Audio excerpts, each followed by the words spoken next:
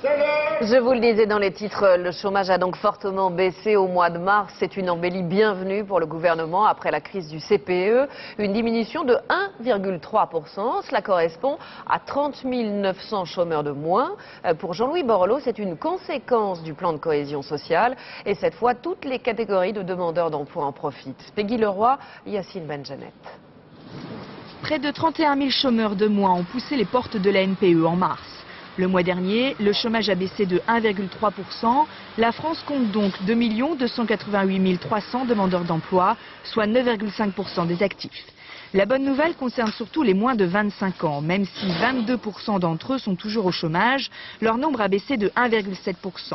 Pour le ministre de l'Emploi en visite ce matin dans un centre d'apprentissage, pas de doute, le plan de cohésion sociale et le développement des filières professionnelles commencent à faire leur effet. Il faut passer à une gestion des ressources humaines, formation en alternance très rapide, très puissante.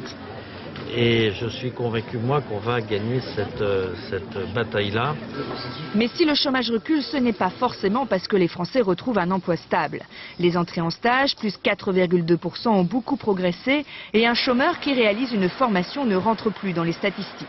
Les syndicats, comme la CGT, dénoncent depuis longtemps la précarité des anciens chômeurs. À partir du moment où l'emploi globalement ne progresse pas, cela signifie qu'au bout des mesures d'aide de ces contrats ou des contrats d'apprentissage et d'autres mesures prises par le gouvernement, eh bien, c'est à nouveau la case chômage.